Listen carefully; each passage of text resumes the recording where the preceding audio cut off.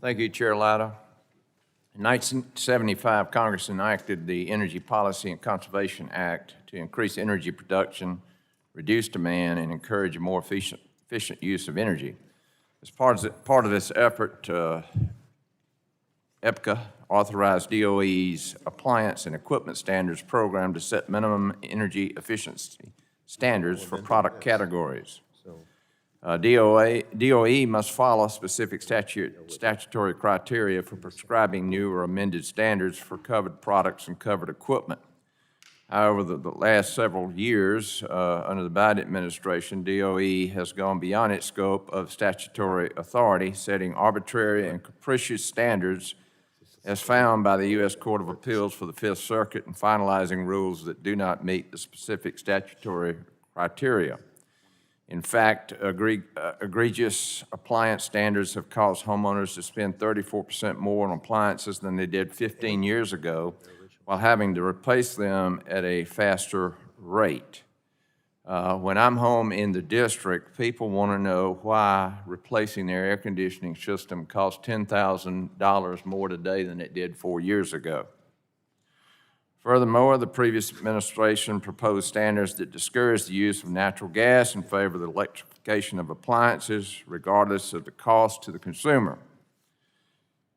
The American people want choice, and these decisions need to be market-driven and not government-driven. My legislation, the Don't Mess with My Home Appliances Act, will make much-needed statutory reforms to energy efficiency standards for appliances by eliminating DOE's requirements to review and update energy conservation standards every 6 years, establish a new process to allow standards to be revoked or revised, and amending the statutory criteria for determining whether an energy conservation standard is actually economically justified. Additionally, this amendment, in the nature of a substitute, aligns all compliance dates to be 5 years following a final rule, requires test procedures to be issued at least 180 days before rulemaking action, maintains provisions of current law related to DOJ reviews, clarifies DOE's authority to amend water efficiency standards for clothes washers and dishwashers, as well as other changes that overall improve the underlying legislation. These are common sense changes that will ensure certainty for manufacturers and consumers alike. I urge support of the amendment in the nature of a substitute in the underlying legislation. And I'm going to submit for the record, these are residential electricity rates by state. And I want to submit those for the record because, I hear these